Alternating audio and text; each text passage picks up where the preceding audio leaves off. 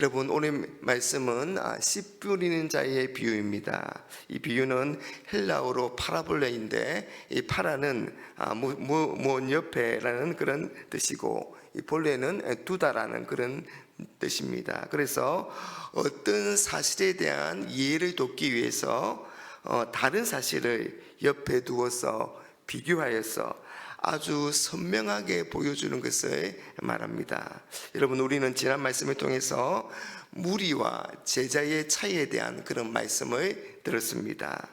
예수님은 그러면 왜 무엇이 무리와 제자를 나누어지게 하였는가를 이 씨 뿌리는 자의 비유를 통해서 아주 분명하고도 선명하게 우리에게 보여주고 계십니다. 여러분, 과연 무엇이 무리와 제자로 나누어지게 하였을까요? 그건 복음을 듣는 사람들의 마음 상태에 따른 것입니다. 여러분, 씨 뿌린 자의 비유를 보면 복음을 들은 이런 사람들의 반응이 다르다는 것을 우리가 보게 됩니다. 길가나 돌밭이나 가시밭에 떨어진 그런 사람들은, 씨앗들은 열매를 맺지 못합니다. 이는 복음을 듣고 이 부정적인 반응을 보인 사람들을 여러분 말하는데요, 이런 사람들을 무리라고 할 수가 있습니다. 2장에서 3장에 나오는 적대감과 선입견과 편견으로 인해서 이 복음이신 예수님의 말씀에 부정적인 반응을 보인 그런 사람들입니다. 이에 반해서 좋은 땅에 떨어져서 싹이 나고 자라서 열매를 맺는 그런 씨앗도 있습니다. 이는 예수님이 누구신지를 알고 그 예수님의 말씀에 순종하며 살아가는 예수님의 참 제자를 의미합니다. 여러분, 복음을 듣는 우리의 마음 상태가 중요합니다. 마음의 상태에 따라서 무리와 제자로 나누어지는 것입니다. 그러니 여러분, 우리는 좋은 땅과 같은 그런 마음을 갖고자 우리는 열망해야 할 것입니다. 그리고 여러분, 우리가 복음을 전할 때 이렇게 부정적인 반응을 보이는 사람이 훨씬 더 많다는 겁니다. 이 씨 뿌린 자의 비유를 이 씨 뿌린 자의 이런 비유에서도 여러분, 4가지 밭 중에 3가지 밭이 그렇다는 것입니다.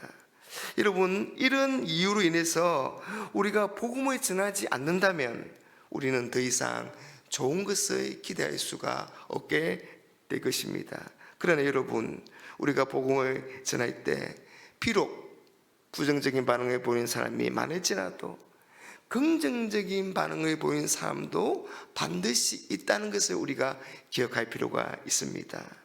좋은 마음의 밭을 가진 그런 사람을 만날 것이라는 소망을 가지고 절대로 낙심하지 말아야 하는 것입니다. 둘째로, 예수님이 홀로 계실 때에 제자들과 그 옆에 있는 사람들이 이 비유에 대해서 물었습니다.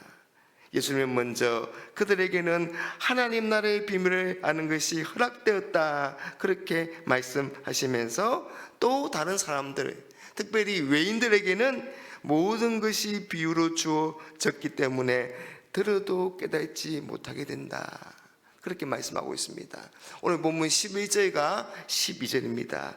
이르시되 하나님 나라의 비밀을 너희에게는 주었으나 외인에게는 모든 것을 비유로 하나니 이는 그들로 보기는 보아도 알지 못하며 듣기는 들어도 깨닫지 못하게 하여 돌이켜 제3을 얻지 못하게 하려 함이라 하시고. 여러분, 우리가 이 말씀을 오해하면 안 됩니다. 하나님은 어떤 사람에게는 깨닫게 하시고 또 어떤 사람에게는 눈과 귀를 막아서 깨닫지 못하게 하시는가 하고 우리가 이 말씀을 오해해서는 안 될 것입니다. 여러분, 이 말씀은 이사야 6장 9절에서 10절 말씀을 인용한 그런 말씀인데요, 여러분, 이사야 1장에서 5장까지의 그런 문명을 보면 이 이스라엘 백성들의 마음이 이미 굳어져서 더 이상 하나님의 계시의 말씀, 하나님의 구원과 이 심판의 말씀을 받을 수가 없게 되었습니다. 그래서 하나님께서 백성들이 그렇게 하도록 허용하셨다는 그런 뜻입니다. 그러니 책임이 전적으로 하나님의 말씀을 받지 아니한 그 이스라엘 백성들에게 있는 겁니다. 여러분, 출애굽기에서 하나님이 이 바로의 마음을 강팍하게 하셨다는 그런 표현이 있지 않습니까? 하나님이 선한 마음을 가진 그 바로에게 억지로 그렇게 하게 하신 것이 아니라 이 강팍한 마음을 가진 바로가 그렇게 하도록 허용하셨다는 그런 뜻이지요. 그래서 여러분, 오늘 말씀 12절 끝에 제 삶을 얻지 못하게 하려 함이라. 여러분, 이 말씀은 목적이 아니라 결과인 것입니다. 하나님이 천국의 비밀을 외인들에게, 믿음으로 받지 않은 사람들에게 비유로 말씀하신 것은 그들의 마음이 이미 굳어져 있어서 복음을 받아들이지 않음을, 복음을 듣고도 회개하지 않고 돌이키지 않음을 드러내시기 위함이라는 그런 뜻인 것입니다. 그래서 비유의 말씀은 어떤 사람에게는 깨닫고 믿어짐으로 생명과 구원으로 다가가고, 또 어떤 사람들에게는 보고 들어도 알지 못하고 깨닫지 못함으로, 믿지 못함으로 심판과 멸망으로 드러난다는 그런 의미인 것입니다. 셋째는, 예수님은 오늘 씨 뿌린 자의 비유를 직접 해석해 주십니다. 여러분, 먼저 길가는 이 밭과 밭 사이에 있는 그런 길을 말하는데요, 여러분, 이 길로 농부들이 지나다녀서 단단하게 다녀진 그런 길을 말합니다. 그러니 이 딱딱하고 좁은 길에 떨어진 씨앗이 쉽게 땅에 뿌리를 낼 수가 없는 겁니다. 오히려 씨앗이 그대로 노출되어 있어서 새들이 와서 먹어버립니다. 새들은 마귀를 가리킵니다. 이런 말씀을 한 귀로 듣고 한 귀로 흘러보내는 그런 사람들을 가리킵니다. 여러분, 이런 길가와 같은 마음을 바꾸기 위해서는 여러분, 우리가 마음의 문을 열고 말씀을 들어야 합니다. 그리고 말씀을 듣는 가운데 감동이 있다면 지체하지 말고 그 말씀에 대한 헌신을 결단해야 하는 겁니다. 그리고 돌밭은 겉으로 보기에는 흙이 덮여 있는 것 같지만 이 얇은 흙 아래로 돌들이 많아서 식물이 뿌리를 잘 내리지 못합니다. 그리고 뿌리가 깊지 않아서 뜨거운 태양이 내리쬐면 그 식물이 곧 말라버리는 겁니다.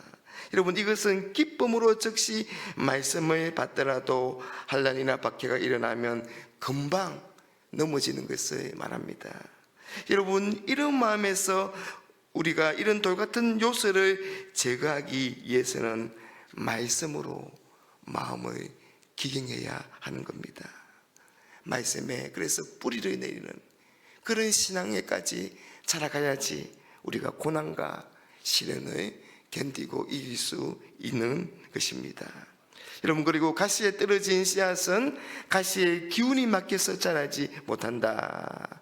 여러분, 가시떨기 밭은 말씀을 듣기는 하지만 세상의 염려와 재물에 대한 유혹과 욕심 때문에 괘씸하지 못하는 겁니다.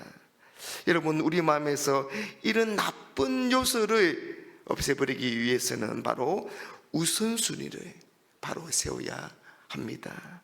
우리가 세상의 마음을 빼앗기지 않도록 삶의 우선순위를 바로 세우고자 우리는 애써야 합니다. 여러분, 우리는 바른 우선순위를 가지고 먼저 하나님의 나라와 하나님의 의를 구하는 삶을 살아야 합니다. 그러면 하나님께서 이 모든 것을 우리에게 더해 주실 것입니다.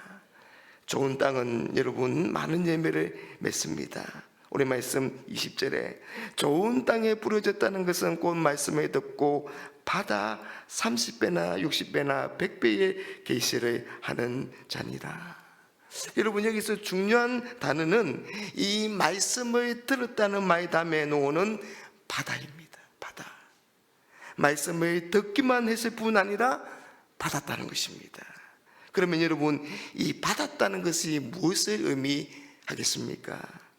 같은 비유의 말씀인 누가복음 8장 15절에 보니까 좋은 땅에 있다는 것은 착하고 좋은 마음으로 말씀을 듣고 지키어 인내함으로 계시라는 자니라, 그렇게 말하고 있습니다. 이 바다 대신에 지켜라는 단어를 사용하고 있는 것을 우리가 알 수가 있습니다. 여러분, 우리가 말씀을 왜 듣습니까? 세계를 왜 듣습니까? 그것은 들은 대로 지키기 위해서입니다. 여러분, 들은 대로 지키는 것이 중요합니다. 말씀을 우리 삶으로 옮기는 것이 참 중요합니다. 여러분, 우리가 영적 양식을 왜 먹습니까? 하나님의 말씀을 왜 듣습니까? 듣기 위해서 듣는 것입니까? 아닙니다. 이 말씀을 붙들고 살려고 여러분 듣지 않습니까? 사랑하는 여러분, 하나님의 말씀을 나를 사랑하신 하나님이 내게 주시는 말씀으로 받는 사람이 좋은 땅입니다. 여러분, 그런 사람이 좋은 열매를 맺습니다. 하나님의 말씀을 생명처럼 여기고 붙드는 사람이 풍성한 열매를 맺는 것입니다. 저와 여러분들이 하나님의 말씀으로 우리의 마음을 아름답게 가꾸어서 인내로서 계시라는 그런 참된 성도, 참된 제자들이 될 수 있기를 주님의 이름으로 축복합니다.